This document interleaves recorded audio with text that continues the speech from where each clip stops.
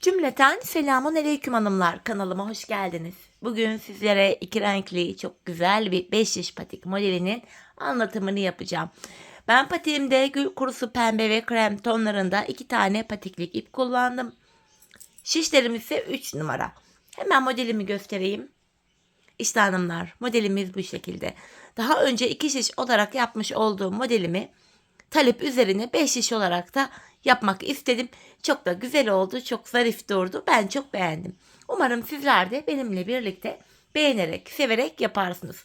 Hanımlar, bu patik benim elimin ölçülerine göre 37, 38 ve 39 numara ayaklar için uyumlu oldu.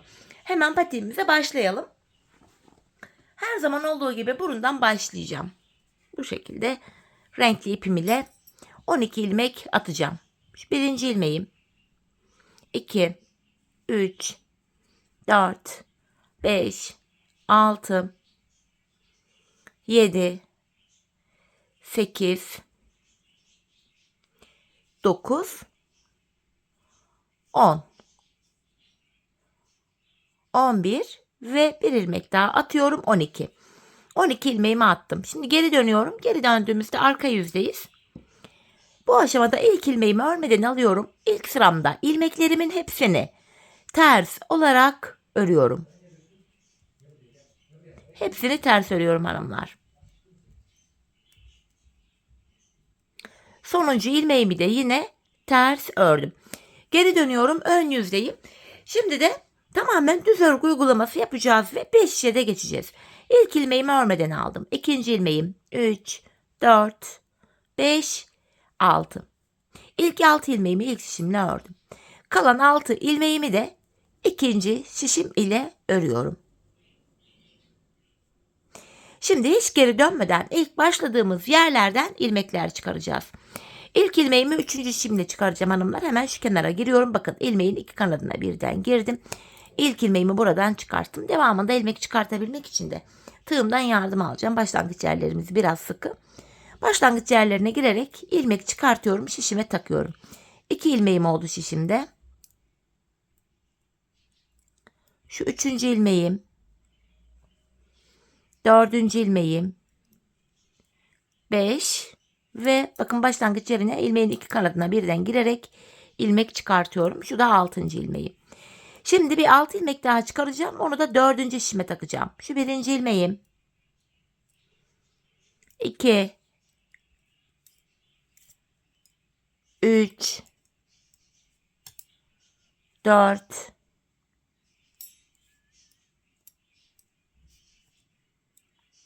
5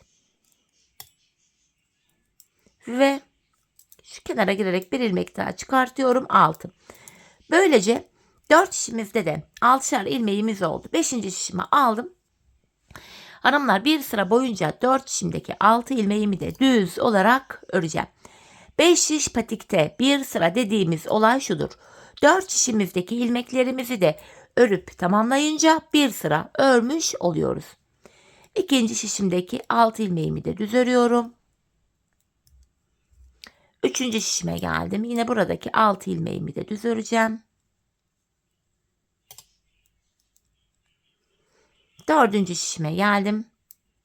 Burada da yine ilmeklerimi düz örüyorum.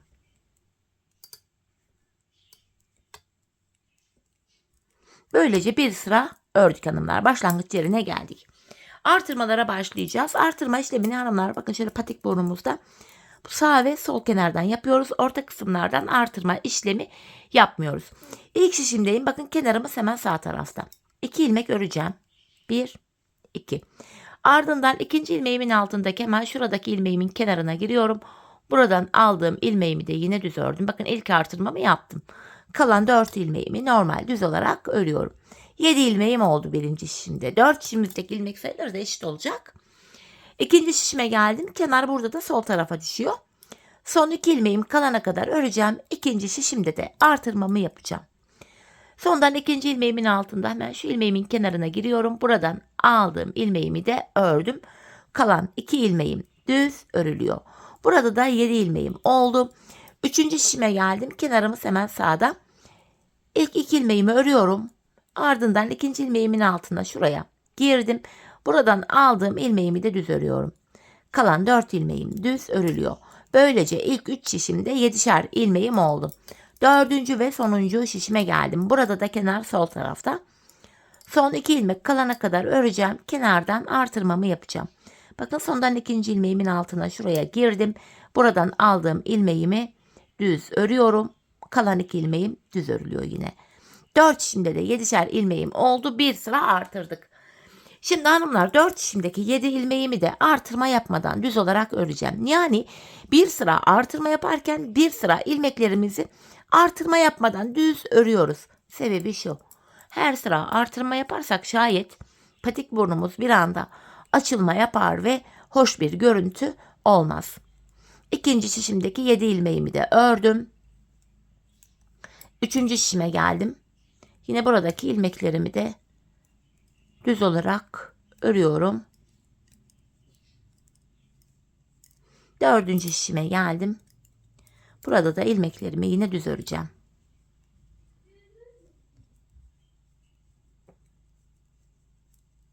Böylece hanımlar bir sıra ilmekleri düz ördük. Şimdi tekrardan artırma zamanı. İlk şişimdeyim. Kenarımız sağda. İlk 2 ilmeğimi örüyorum yine. Ardından 2. ilmeğimin altında hemen şuraya girdim. Buradan aldığım ilmeğimi düz örüyorum. Kalan ilmeklerim düz örülüyor. Birinci ve 3. şişimizde artırma işlemini ilk 2 ilmeği ördükten sonra yapıyoruz. İkinci ve 4. şişimizde de son 2 ilmek kalana kadar örüp öyle artırmalarımızı yapıyoruz. Şimdi de 2. şişime geldim. Son 2 ilmeğim kalana kadar ördüm. Bu 2. ilmeğimin altındaki şu ilmeğimin kenarına girdim. Buradan aldığım ilmeğimi de ördüm. Kalan 2 ilmeğim düz örülüyor. 3. şişime geldim. Burada da kenar hemen başta. 2 ilmek örüyorum kenardan. Ardından 2. ilmeğimin altında hemen şu ilmeğimin kenarına girip buradan aldığım ilmeğimi de düz örüyorum. Kalan ilmeklerim düz olarak örülüyor. Şimdi de 4. ve sonuncu şişime geldim. Kenar solda. Son 2 ilmeğim kalana kadar öreceğim. Ve sondan 2. ilmeğimin altına girdim. Buradan aldığım ilmeğimi de düz ördüm. Kalan 2 ilmeğim düz. 4 şişimde de 7'şer ilmeğim 8'er ilmeğimiz oldu. Şimdi hanımlar bir sıra ilmeklerimizi düz öreceğiz. Bir sonraki sıra artıracağız. Düz öreceğiz, artıracağız. Patik burnumuzu böyle tamamlayacağız. Ben bu patiğimde her bir şişimde 15'er ilmeğim olana kadar artırdım, modelimi yaptım. Modelimiz 6 ilmek ve katları üzerine kurulduğu için her şişe 15'er ilmek yapınca 4 şişte 60 ilmek oluyor. Bu da 6'nın katı olduğu için model tam denk geliyor. Şimdi artırmalarımızı yapalım gelelim. Sonra modelimize başlayalım. Evet hanımlar. Ben her bir şişimde 15'er ilmeğim olana kadar artırmalarımı yaptım. Geldim bir sıra düz örmedim. Hemen model kurulumuna geçeceğim. Krem ipimi ekleyeceğim. Hanımlar modelimiz toplamda 12 sıradan oluşuyor. İlk 6 sırasını krem ipimiz ile diğer 6 sırasını da bu gül kurusu rengi ipimiz ile yapacağız. Modelimde ilk sıradayım. İşlem şu. İlk ilmeğimi krem ile öreceğim. İlk 6 sıra krem ipimizi kullanacağız. Bakın bir tane kremimi ördüm. Hemen şu krem ipimin ucunu patiğimiz sökülmesin diye gül kurusu ipime bağlıyorum. 2 tane düğüm atıyorum. Şöyle. Sonrasında bir tane ilmeğimi örmüştüm. Sonra şu krem ipimi kendime doğru alıyorum. 5 ilmeğimi örmeden sağ şişime alıyorum. Bakın 5 ilmeğimi örmeden sağ şişime aldım. İpimizi önde biraz şöyle esnek bırakalım. Sonra toplarken gergin durmasın. Bakın ipimi kendime doğru aldım. Sıradaki bir ilmeğimi krem ipimle örüyorum. Tekrardan kremimi kendime doğru aldım. 5 tane ilmeğimi örmeden sağ şişime alıyorum. 4 ve 5. Ardından bakın kremimi önde yine hafif esnek bırakıyorum. Gevşek bir şekilde bıraktım. Bir ilmek krem ördüm. Tekrar krem ipimi kendime doğru aldım, bıraktım. Sıradaki 5 ilmeği örmeden sağ şişimi alacağım.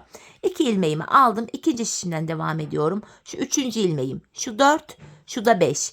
Tekrar sıradaki bir ilmeğimi krem ipim ile örüyorum. Yine kremimi kendime doğru alıyorum. Sıradaki 5 ilmeğimi örmeden sağ şişime alacağım. 1, 2, 3, 4, 5. Yine kremimi bakın önde gevşek bir şekilde bırakıyorum. Bir ilmek düz ördüm. Yeniden kremimi kendime doğru aldım. 5 ilmeğimi örmeden sağ şişime alıyorum. Üçüncü şişimden devam edeceğim. Bir ilmeğimi düz olarak örüyorum. Bu şekilde. Sıradaki ilmeğimi şöyle düz ördüm. Tekrardan kremimi kendime doğru aldım. 5 ilmek örmeden sağ şişime alıyorum. Sonrasında kremimi önde şöyle hafif esnek gevşek bırakıp sıradaki bir ilmeği krem ile düz örüyorum.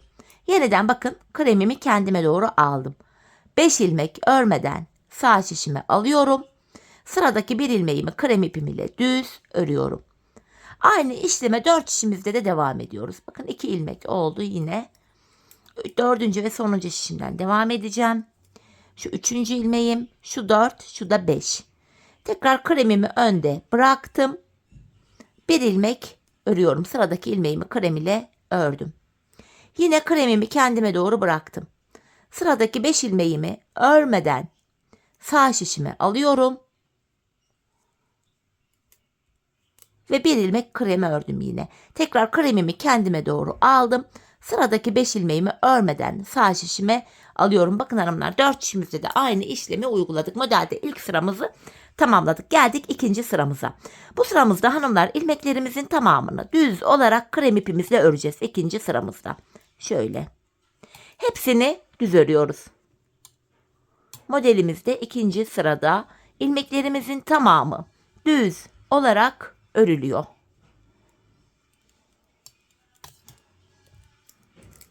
İkinci şişime geldim. Yine buradaki ilmeklerimi de düz olarak öreceğim. 4 şişimizde de aynı işlemi tekrar edeceğiz. Bir sıra model kurulumu yaparken bir diğer sırada ilmeklerimizin hepsini düz olarak örüyoruz. İkinci şişimdeki ilmeklerimi de düz ördüm. Görüntümüz şu anda pek bir şeye benzemiyor ama bu aralardaki ipler toplanınca şeklimiz ortaya çıkacak. Şimdi üçüncü şişime geldim. Yine buradaki ilmeklerimi de hepsini düz olarak örüyorum.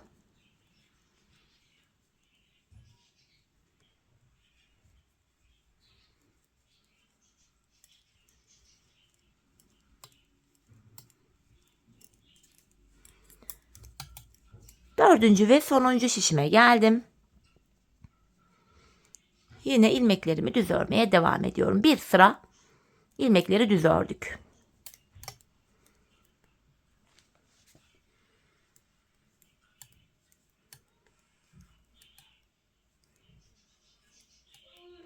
Evet hanımlar. İkinci sıramızı tamamladık. Geldik modelimizde üçüncü sıramıza. Bu sıramızda yine model kurulumu yapacağız. Yine bir ilmeğimi, ilk ilmeğimi krem ile örüyorum. Tekrardan krem ipimi benden tarafta bıraktım. 5 ilmeğimi örmeden sağ şişime alıyorum. 4, şu da 5. ilmeğim. Aradaki bir tane krem ilmeği düz olarak öreceğim. Yine ipimizi bakın biraz esnek bıraktım, gevşek bıraktım bu önde. Tekrar kremimi kendime doğru alıyorum. 5 ilmek örmeden sağ şişime alıyorum ve sıradaki bir ilmeğimi krem ile örüyorum. Yine kremi kendime doğru aldım. 5 ilmek örmeden sağ şişime alacağım. İkinci şişimden devam ediyorum. Şu üçüncü, dördüncü, beşinci ilmeğim ve sıradaki bir ilmeğimi krem ile ördüm. Yine ip benden tarafta 5 ilmek örmeden sağ şişime aldım ve sıradaki bir ilmeğimi krem ile örüyorum. Tekrar 5 ilmek örmeden sağ şişime aldım. Üçüncü şişimdeyim. Sıradaki bir ilmeğimi krem ipim ile düz olarak örüyorum. Şöyle. Yine kremimi kendime doğru aldım. Üçüncü şişimde de aynı işlemi tekrar edeceğim. 5 ilmek örmeden alıyorum. İp benden tarafta kremim. Ve sıradaki bir ilmeğimi düz olarak örüyorum. Burada 2 tane ip görüntüsü oluşuyor hanımlar bu aşamada. Yine kremimi kendime doğru aldım. 5 ilmek örmeden sağ şişimi alıyorum. Sıradaki bir ilmeğimi düz olarak örüyorum. Yine ip benden tarafta 5 ilmek örmeden sağ şişimi 5 ilmek örmeden sağ şişimi alıyorum. Kremimiz hep ön yüze kalıyor bu ilmekleri alırken ve sıradaki bir ilmeğimi düz olarak örüyorum. Tekrar ipi kendime doğru aldım. 5 ilmeğimi sağ şişime alıyorum örmeden. Sıradaki bir ilmeğimi düz olarak örüyorum. Yine ipi kendime doğru aldım. 5 ilmeğimi örmeden sağ şişime alıyorum. Böylece hanımlar modelimizde 3. sıramızı tamamladık. Geldik 4. sıramıza. Bu sıramızda yine ilmeklerimizi düz öreceğiz. Bir sırada model kurulumu yapıyoruz. Bir sıra ilmeklerimizi düz olarak örüyoruz. Sırasıyla ilmeklerimizi düz öreceğiz. Bakın bu önlerde 2 tane şöyle ip görüntüsü oluşuyor. Sonrasında dediğim gibi patik şekillenince model ortaya çıkacak. Devam ediyorum yine ilmeklerimi örmeye 4. sıramızda. İkinci şişime geldim. Buradaki ilmeklerimi de yine düz olarak örüyorum.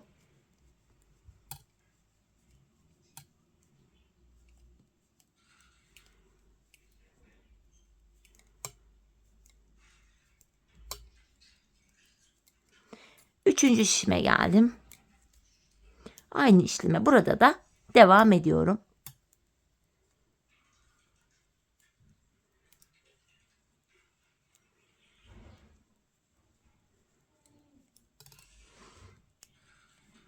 Dördüncü ve sonuncu şişime geldim.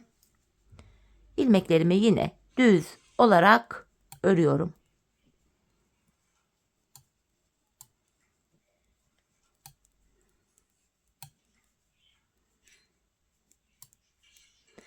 Dördüncü sıramızı tamamladık. Geldik şimdi 5.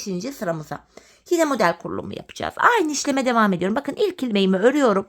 Kremimi kendime doğru aldım. 5 tane ilmeği örmeden sağ şişime alıyorum. Yine bakın önde esnek bir şekilde krem ipimi bıraktım. Sıradaki bir ilmeğimi düz örüyorum. Yine ipim benden tarafta. 5 ilmek örmeden sağ şişime alıyorum. Ve sıradaki bir ilmeğimi düz olarak örüyorum. Yine ip benden tarafta. 5 ilmek sağ şişime alacağım. 2 oldu. Şimdi 3. şişimden devam ediyorum. 3, 4 ve 5. ilmeğim. Ve sıradaki bir ilmeğimi bakın kremi önde gevşek bıraktım. İpimi bir ilmeğimi ördüm. Yine 5 ilmeğimi örmeden şöyle sağ şişime alıyorum. Sıradaki bir ilmeğimi düz olarak örüyorum. Tekrardan 5 ilmek örmeden sağ şişime aldım. 3. şişimdeyim. Ve buradaki bir ilmeğimi düz olarak öreceğim. Şöyle. Tekrar kremi kendime doğru aldım. 5 ilmeğimi örmeden sağ şişime koydum. Sıradaki bir ilmeğimi düz örüyorum.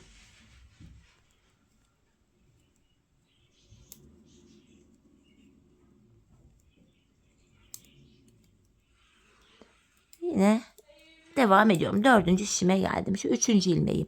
4, 5. 5 ilmek örmeden aldım. Sıradaki bir ilmeğimi düz örüyorum. Tekrardan 5 ilmek örmeden sağ şişime alıyorum. Ve sıradaki bir ilmeğimi düz ördüm. Yeniden 5 ilmek sağ şişime aldım. Ve modelimizde 5. sıramızı böylece bitirdik. Tekrar ilk şişimizdeyiz ve 6. sıradayız. Yine bu sıramızda hanımlar ilmeklerimizi tamamen krem ipimiz ile düz öreceğiz. Şöyle. 6. sırada ilmeklerimizin tamamı düz olarak örülüyor.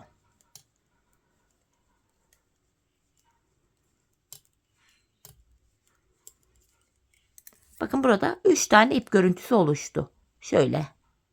Krem ipimiz ile hanımlar bu son sıramızdı. 3 tane ip görüntümüz oluştu.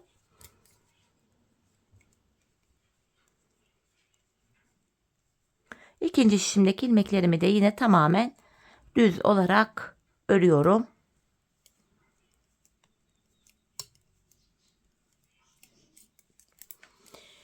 Üçüncü şişime geldim. Burada da aynı işleme devam ediyorum. Tamamen düz örgü, biraz hızlı örüyorum buraları. Ve 4. şişime geldim. Buradaki ilmeklerimi de düz örmeye devam ediyorum yine.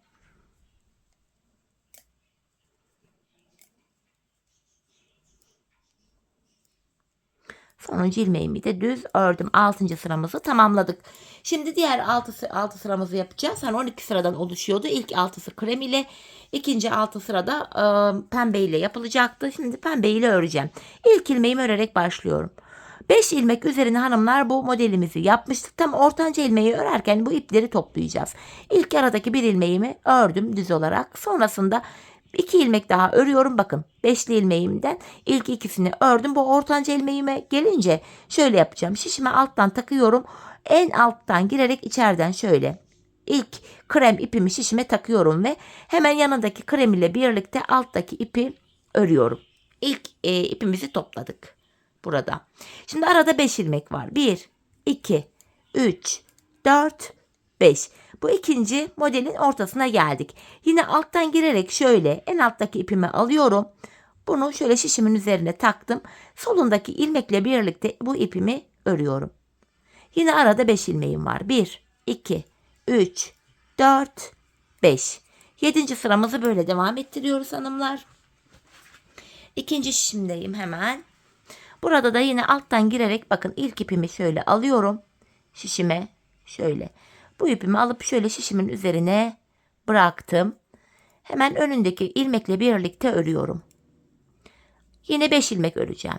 2, 3, 4, 5. Yine alttan girerek en alttaki ipimi alıyorum. Şişimin üzerine bıraktım.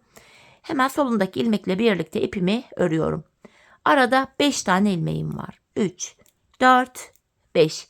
Tekrar şöyle alttan girerek şu ipimi alıyorum. Şişimin üzerine bıraktım. Yanındaki ilmekle birlikte ipimi örüyorum. Arada yine 5 ilmeğim var. 1, 2, 3. şişimden devam edeceğim. Şu 3. ilmeğim. 4, 5. Yine bakın şu alttan girerek şöyle içeriden girerek ipimi aldım. Solundaki ilmekle birlikte ikisini örüyorum. Tekrar arada 5 ilmeğim var. 2, 3, 4, 5. Yine şöyle alttan girerek en alttaki ipimi aldım. Solundaki ilmekle birlikte ipimi de örüyorum. Toplamış oldum böylece. 5 ilmek öreceğim. 1, 2, 3, 4, 5. 4. şişime geldim. Burada da yine alttan girerek şu ipimi alıp şişimin üzerine bıraktım. Solundaki ilmekle birlikte ördüm. Arada 5 ilmeğim var. 1, 2, 3, 4, 5. Yine bir diğer modelimi de aynı şekilde yapacağım. Alttan girerek ipimi aldım. Şişimin üzerine bırakıp solundaki ilmekle beraber ördüm. Arada 5 ilmeğim var. 2, 3, 4, 5. Burada hanımlar ilmek kaçırdım. Ha yok, ilmek kaçırmadım. Tam ortaya geldik. Şöyle en alttaki şöyle ipimi alıyorum. Şunu şişimin üzerine bıraktım. Hemen solundaki ilmekle birlikte ördüm. Yanındaki 2 ilmeğim düz örülüyor. 8. sıraya geldik hanımlar. Bu sıramızda da bir önceki sırada model yapmıştık. Bu sırada ilmeklerimizin tamamını düz öreceğiz. Bir sıra model kurulumu yaparken bir sıra ilmeklerimizi düz olarak örüyoruz. İkinci şişime geldim.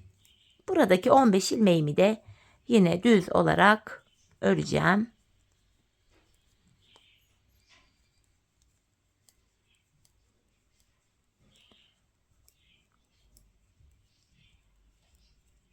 Üçüncü şişime geldim. Devam ediyorum yine. İlmeklerimi düz olarak örüyorum.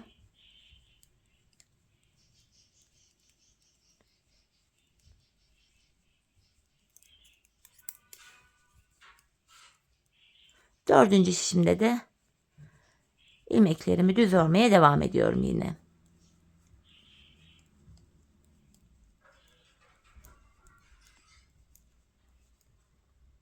Sekizinci sıramızı tamamladık. Geldik modelde 9. sıramıza. Bu sıramızda hanımlar yine alttaki ipleri toplayacağız. Aradaki bir ilmeğimizi düz örüyoruz. İlk ilmeğimi. Yanına 2 ilmek daha ördüm.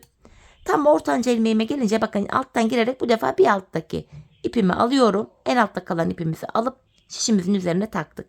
Hemen önündeki ilmekle birlikte bu ipimi de örüyorum. İkinci ipimi de topladım. Arada 5 ilmeğim var. 2, 3, 4, 5. Yine bakın alttan girerek şu en alttaki ipi alıyorum. Şişimin üzerine bıraktım. Önündeki ilmekle birlikte ikisini örüyorum. Arada 5 ilmeğim var. 3, 4, 5. İkinci şişimden devam edeceğim. Burada da yine bakın şöyle alttan girerek şişimi takıyorum. En alttaki ipi alıp şişimin üzerine bıraktım. Solumdaki pembe ilmekle birlikte ipimi de ördüm. Arada 5 ilmeğim var. 2, 3, 4, 5. Devam ediyorum yine. Diğer ilmeğimi de aldım. İpimin şişimin üzerine bunu da yine örüyorum. Aynı şekilde arada 5 ilmeğim var. 3, 4, 5. Yine sıradaki modelimi yapacağım. Yine alttan şöyle ipimi alıyorum. Şişimin üzerine bıraktım. Önündeki ilmekle birlikte ördüm. Arada yine 5 ilmek var. 2 oldu. Devam ediyorum. Şu 3. ilmeğim. Şu 4. Şu da 5. Yine alttan giriyorum. Şöyle bir ilmek çıkarttım. Bu ipimi hemen solundaki ilmekle birlikte ördüm. Arada 5 ilmeğim var. 2, 3, 4, 5. Yine alttan girerek şu ipimi aldım. Şişimin üzerine bıraktım. Solundaki pembe ilmekle birlikte ipimi de ördüm. Böylece ipimi topladım. Arada yine 5 ilmeğimi örüyorum. 4. şişime geldim. Yine bakın alttan şöyle ipimi alıyorum. Şöyle şişimin üzerine bıraktım. Yanındaki ilmekle birlikte ipimi de toplamış oldum. Arada 5 ilmeğim var. 3, 4, 5. Bakın burada son bir ipim kaldı. Bunu da alıyorum yine şişimin üstüne bıraktım. Yanındaki ilmekle birlikte ördüm. Arada yine 5 ilmeğim var. 3, 4 ve 5. ilmeğim.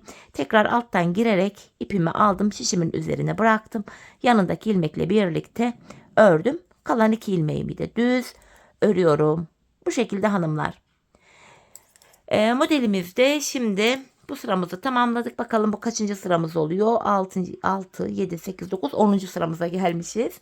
10. sıramızda yine bir önceki sırada model kurulumu yaptığımız için bu sırada ilmeklerimizi yine düz öreceğiz. Bir sıra model kurulumu var. Bir sıra ilmekler düz örülüyor. Bu şekilde. Devam ediyorum yine. İkinci şişimdeyim.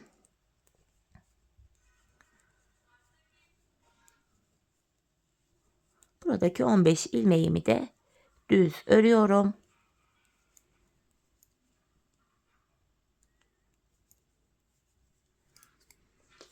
Evet hanımlar, şimdi de 3. şişimdeyim.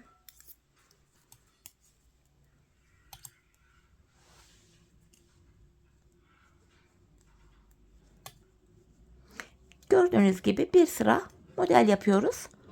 Bir sıra ilmekleri düz örüyoruz. 4. ve sonuncu şişime geldim. Buradaki 15 ilmeğimi de düz örüyorum.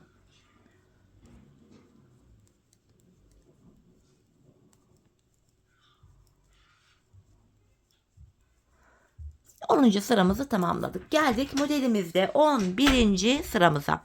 Bu sıramızda hanımlar yine ilk ilmeğimi ördüm. İkinci ve 3. ilmeğimi de örüyorum. Tam ortadaki ilmeğime geldim.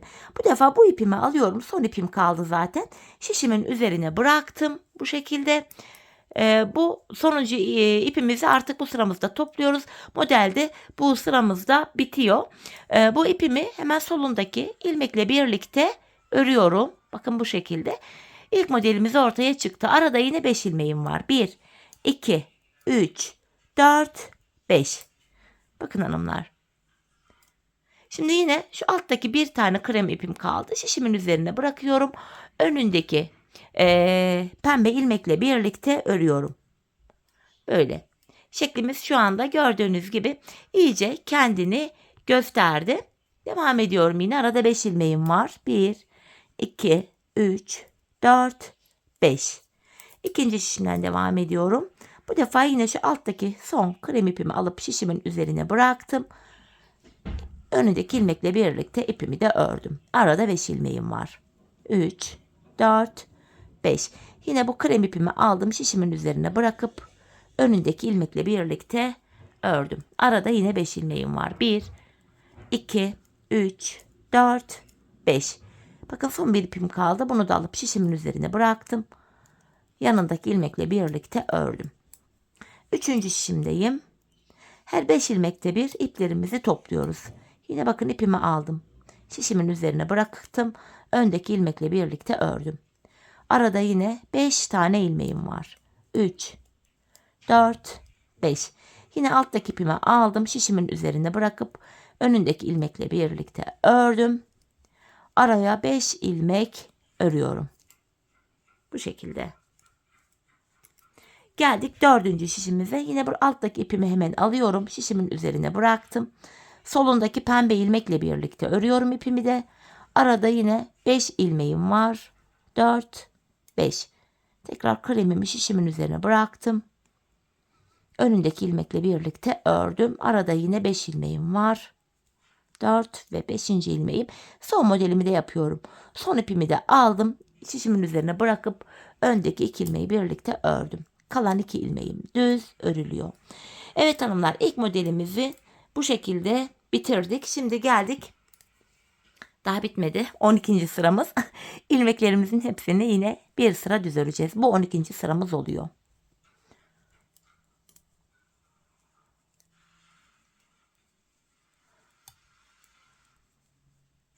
İkinci şişime geldim. Yine ilmeklerimi düz örüyorum.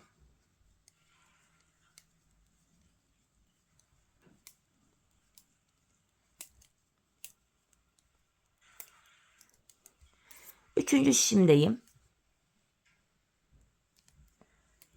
Bir sıra düz örüyoruz hanımlar. Yani bir sıra derken 4 şişimizdeki ilmeklerimizi de örüp bitirince bir sıra oluyor. Son şişime geldim. 4. şişime.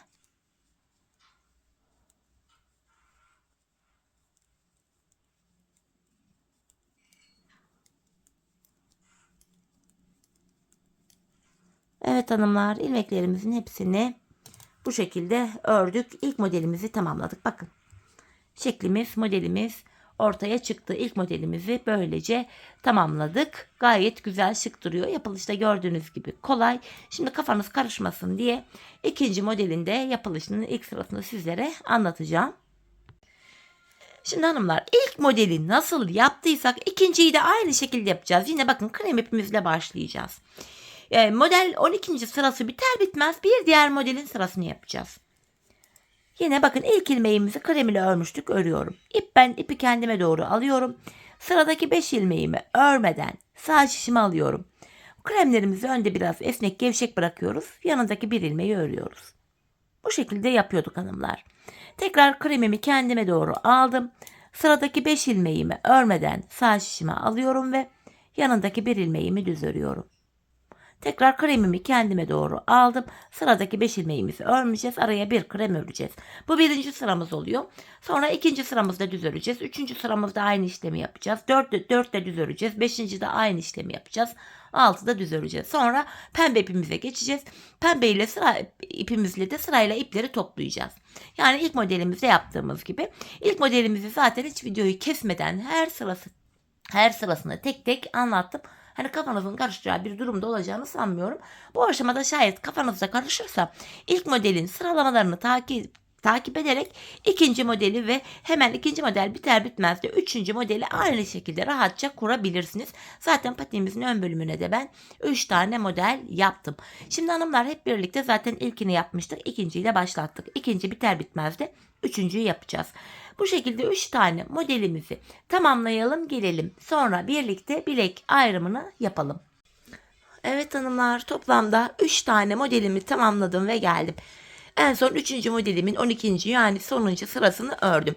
Şimdi bilek ayrımı yapacağız, fakat bilek ayrımı yapmadan önce ilmeklerimizi 2 sıra boyunca düz olarak öreceğiz renkli ipimiz ile. Bu şekilde hepsini düz olarak örüyorum.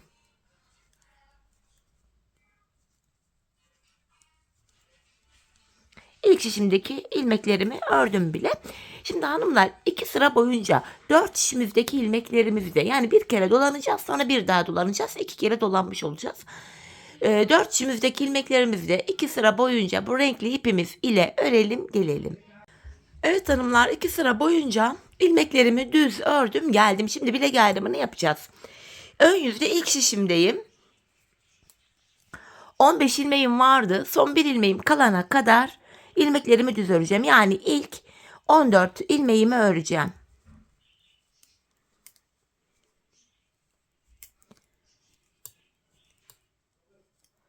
Bakın burada son bir ilmeğim kaldı. Buradaki sonuncu ilmeğim ile ikinci şişimdeki ilk ilmeğimi alıyorum. Bu iki ilmeğimi şöyle birbiriyle yer değiştirerek öreceğim. Bakın yer değiştirdiğim ilk ilmeğimi ilk şişimle ördüm. Bilek ayrımı tam da burası oluyor. Bilek ayrımında yani burada ilmekleri yer değiştirme sebebimiz şu. Patiğimizin bu kısmı daha sıkı ve sağlam oluyor. Bakın burada ayrık bir görüntü oluşmuyor. Normalde yer değiştirmeden yapaydık hanımlar. Şöyle göstereyim iki ilmek arasında bakın. İlmek arası şöyle açık duracaktı. Bu da hoş bir görüntüye sebep olmaz. Üstelik sağlam da olmuyor. Bilek ayrımını yaptık. Şimdi patiğimizin şu arka bölümlerine geldik. Buralara ben 7'şer ilmek haroşa ördüm. Örgümüzün hem ön hem arka yüzünde düz örgü örünce haroşa oluyor. Hem ön hem de arka yüzde ters örgü örünce yine haroşa oluyor. Ben örgümün her iki tarafında da düz örgü örerek haroşalarımı elde ediyorum. Şimdi diğer şimdiki ilk 7 ilmeğim haroşa bakın bilek bölümünde 7 ilmeğimi düz öreceğim. 2, 3, 4, 5, 6, 7. Haroşayı ters örenler buralardaki 7 ilmeği hem ön hem arka yüzde ters olarak örebilirler. Şimdi diğer ilmeklerimi de bakın ön yüzdeyiz düz olarak örüyorum. Artık patiğimizin arka bölümüne geçtik hanımlar. Bu bölümde ön yüzdeysek eğer düz örgü, arka yüzdeysek eğer de ters örgü uygulaması yapacağız. Bilek ayrımına kadar öreceğiz, ardından geri döneceğiz. Geri döndüğümüzde arka yüzde olduğumuz için ilmekler ters örülecek. Bu ilmeklerimi de bitirdim. Bir diğer şişime geldim. Buradaki ilmeklerimi de düz olarak örüyorum.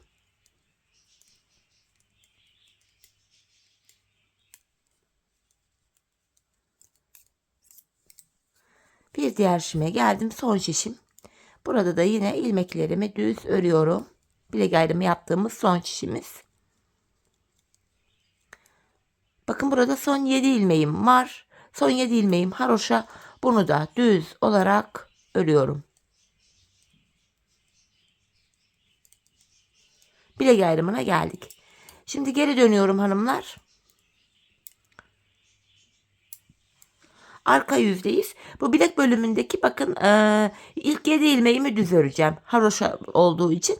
Ben sonuncu ilmeklerimi ördüğüm için ilk ilmeğimi örmeden alıyorum. İkinci ilmeğimi düz ördüm. 3, 4, 5, 6, 7. Bakın buradaki ilk haroşamızı oluşturduk. Diğer ilmeklerimi de şöyle arka yüzdeyiz. Ters olarak örüyorum.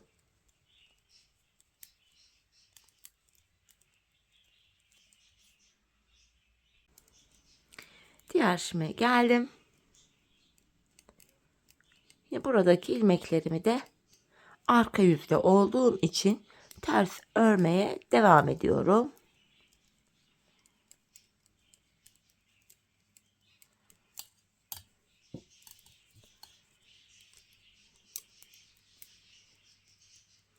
Bir diğer şimdiyim.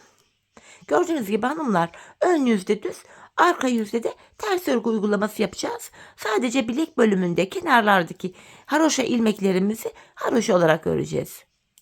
Yapacağımız işlem bu kadar.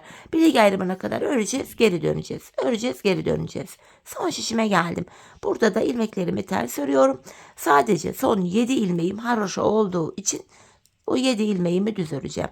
Bakın son 7 ilmeğime geldim. Düz olarak örüyorum. Bilek ayrımına geldik. Şimdi geri dönüyoruz hanımlar. Bir defa tekrardan ön yüzdeyiz.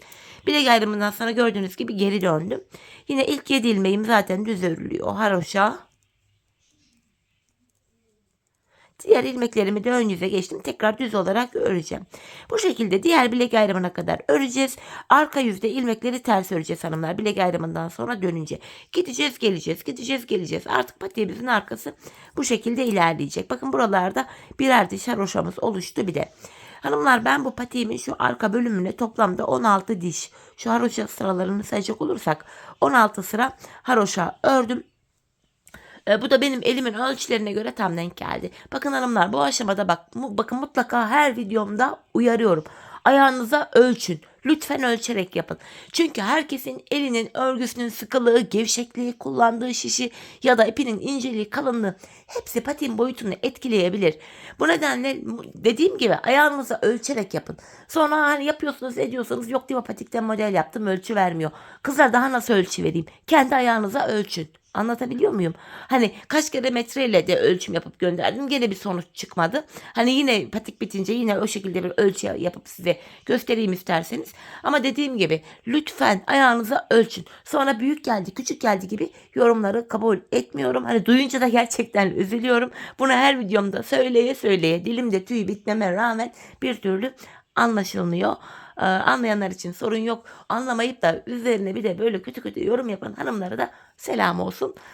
Şimdi hanımlar hep birlikte patiğimizin bu arka bölümünü kendi ölçülerimize göre örelim gelelim. Sonra da birlikte topuğumuzu keselim. Evet hanımlar, patiğimin arka bölümünü ördüm geldim, 16 sıra haroşamı yaptım buraya. Bu aşamada bilek ayrımından sonra şu bölüm genişlediği için ilmeklerin hepsi bakın şöyle tek şişli toplanacak duruma geldim.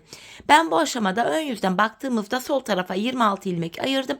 Topuk kesiminde bana kolaylık sağlasın diye. Evet hanımlar, şimdi topuğumuza başlıyoruz. Bu bölümde kenardaki 7 ilmek haroşamız yine haroşa olarak örülecek, model bütünlüğü sağlansın diye. 7 haroşamı ördüm. Şimdi ön yüzdeyim. İlmeklerimi düz olarak ve sayarak örmeye devam edeceğim. 7 haroşamı ördüm. 8, 9, 10, 11, 12, 13, 14, 15, 16, 17, 18, 19, 20, 21, 22, 23, 24, 25. İlk 25 ilmeğimi normal düz olarak ördüm. 26. ilmeğimi örerken öndeki 2 ilmeğimi birlikte keserek örüyorum. 25 ilmek ördüm, 26. da kesim yaptım. Zaten bu sol tarafa da 26 ilmek ayırmıştım. Bu orta kısma baktığım anda burada da 7 ilmeğimiz kaldı. Bu 7 ilmeğimiz her seferinde birer birer kesilecek, eksilecek, bitecek ve böylece topuğumuz oluşacak. Şimdi yapacağımız işlem şu. Kesim yaptıktan sonra geri dönüyoruz. İlk kesim yaptığım ilmeğimi örmeden aldım. Arka yüzde olduğum için ilmeklerimi ters olarak örüyorum. Sadece kenardaki son 7 ilmeğim haroşa olduğu için son 7 ilmeğimi düz öreceğim. Bakın son 7 ilmeğime geldim. Buradaki haroşalarımı düz olarak örüyorum. Yeniden ön yüze geldik hanımlar. Bir önceki sırada yaptığımız işlemin aynısını yapacağız. Yani ilk 25 ilmeğimizi öreceğiz. 26. da kesim yapacağız. Bakın 7 haroşamı ördüm. Sayarak gidiyorum. 8, 9, 10, 11, 12, 13, 14, 15, 16, 17, 18, 19, 20, 21, 22, 23, 24, 25 ve 26. ilmeğime geldim. Bunu hemen önündeki ilmekle birlikte keserek örüyorum. İkinci kesimimizi yaptık. Bir önceki sırada burada 7 ilmek vardı. Kesimden sonra gördüğünüz gibi 1 ilmek eksildi. 6 ilmek kaldı. Yine yapacağımız işlem şu. Kesim yaptık, geri döneceğiz. Arka yüzde ilmekleri öreceğiz. Ön yüzde yeniden 25 ilmek örüp 26. da kesimimizi yapacağız. Biz bu kesme işlemine şu aradaki 6 ilmeğimiz bitene kadar devam edeceğiz. Şimdi hep birlikte bu 6 ilmek bitene kadar patiğimizin topuğunu sizlere tarif ettiğim gibi örelim ve gelelim. Evet hanımlar, patiğimin topuğunu sizlere tarif ettiğim gibi ördüm geldim. İlk başta bu sol tarafa 26 ilmek ayırmıştım. Kesimlerden sonra sağ şişimde de 26 ilmeğim kaldı. Yani her iki şişimizdeki ilmek sayıları da birbirine eşit.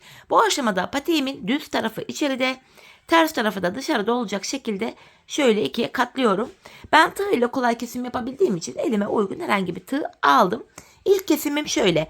Benden taraftaki şişten bir ilmek, ikinciden de bir ilmek alıyorum. İkisini birlikte kesiyorum.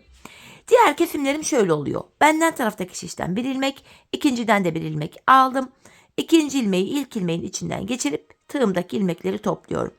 Benden taraftaki şişten bir ilmek, ikinciden de bir ilmek aldım. İkinci şişten aldığım ilmeği ilk şişten aldığım ilmeğin içinden geçirdim. Tığımdaki ilmekleri topladım. Karşılıklı olarak şişlerimizden birer tane ilmek alıyoruz ve ikinci şişten aldığımız ilmeği ilk şişten aldığımız ilmeğin içinden geçiriyoruz. tığımızdaki ilmekleri topluyoruz. Her iki patiğimizin kesim yönü de aynı tarafta oluyor. Zaten gizli kesim olduğu için kesim yeri belli belirsiz. Yani hiç fark etmiyor. Bu şekilde hanımlar ilmeklerimizi sırasıyla kesiyoruz. Böyle. Kalan ilmeklerimizi de aynı şekilde keselim gelelim. İlmeklerimi kestim hanımlar. Son birer ilmeğim kaldı. Bunu da şöyle yapacağım. Önce benden taraftaki ilmeğimi, sonra diğer şimdiki ilmeğimi tığıma taktım. Tığımda 3 ilmeğim var. Üçünü birden topluyorum.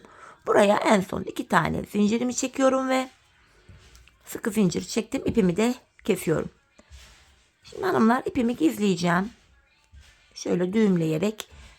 Ön bölümünde de yine iplerimi gizlemiştim. Hani şu krem ipimi uçlarını video aralarında yine gizleme yaptım. Evet. Hemen patiğimiz şöyle, bakın topuğumuza bakın, gayet gizli kesim, çok şık duruyor, çok güzel duruyor. Patiğimizin sonuna geldik hanımlar. Görüntü itibariyle şeklimiz bu. Hemen bir de manken ayağıma giydireyim patiğimizi, öyle bakalım birlikte. Bazen soruluyor bir ip yetiyor mu diye. Zaten krem ipimiz çok az gidiyor. Renkli ipimizi de şimdi göstereceğim kalanı. Ben bu ipten bir patiğe minik bir çiçek yapmıştım. Hatta yarımdı bile.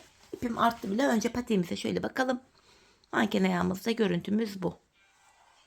Bu şekilde. Hemen kalan ipimi de şöyle göstereyim. Bakın hanımlar, baya bir de ipim kaldı. İpimiz yetiyor da artıyor bile bir tane ip. Bundan hatta bir patik daha çıkar rahat. Evet hanımlar, yine birlikte güzel bir modelin daha sonuna geldik. Umarım sizlere faydalı, hoş bir video olmuştur. Yeni modellerde, yeni videolarda buluşmak dileğiyle. Şimdilik hoşça kalın, sağlıcakla kalın.